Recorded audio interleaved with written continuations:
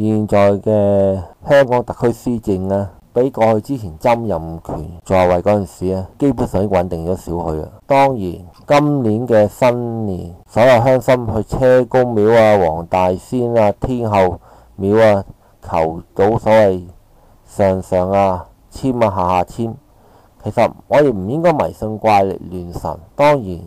求神求安心，在傳統民間智慧無可厚非。但是現在特區施政不能夠信鬼神，最緊要取其特區政府是否廉潔施政，不受賄賂、私相授受。縱使有部分嘅特區官員在施政思維上抱着量入為出、守財而不出為原則，亦都無可厚非。但是現在香港嘅目前嘅經濟環境同埋行政透明度欠奉，公屋少、居屋少，當然年青人不肯加入建造行業，或者簡單講就係香港20歲以上至30歲以上嘅青年或者壯年人士，過去無可否定喺受到香港舊殖民時代嘅福利優惠。當然我唔可以一竹篙打一船人，話他們食慣貪慣，可能當然有些所謂叫做真正嘅所謂叫做熱血青年生不逢時，我都好同情佢哋。現在我覺得特區政府施政一來我要透明度，二來就是香港嘅基層建設至到高層嘅軟件配套設計我覺得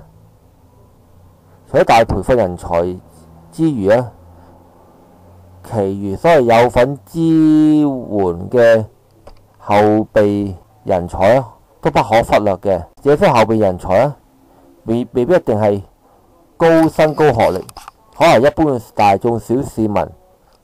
中產、自物業人士或者係持有鋪位嘅小商戶嘅中產人士都可以協助香港發展。當然，這些中產人士目前所憂慮嘅就地價貴、鋪租貴，想創業都遭遇咗所謂叫金錢所謂不受諮詢嘅法律所規限。其次最重要就是香港目前嘅選舉制度不是一人一票選舉，尤其是特首係由啲少數嘅小圈子由1000人以上嘅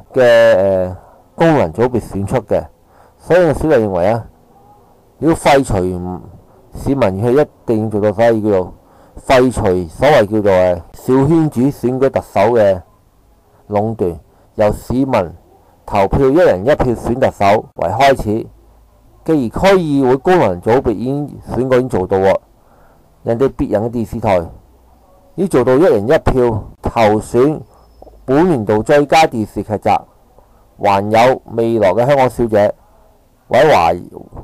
中華國際中華小姐選舉。所以小弟認為現在要平息民憤怨氣，就是將政府嘅行政透明度超過50% 之外，最重要就是香港嘅某些基建工程或者係未來嘅社區發展項目給予中產小商戶或者甚至乎持有商戶牌照嘅租借人士給予豁免優惠，同埋要政府計劃未來嘅5年之後逐步收回外判而失敗嘅公共設施工作崗位，來平息民憤。多謝。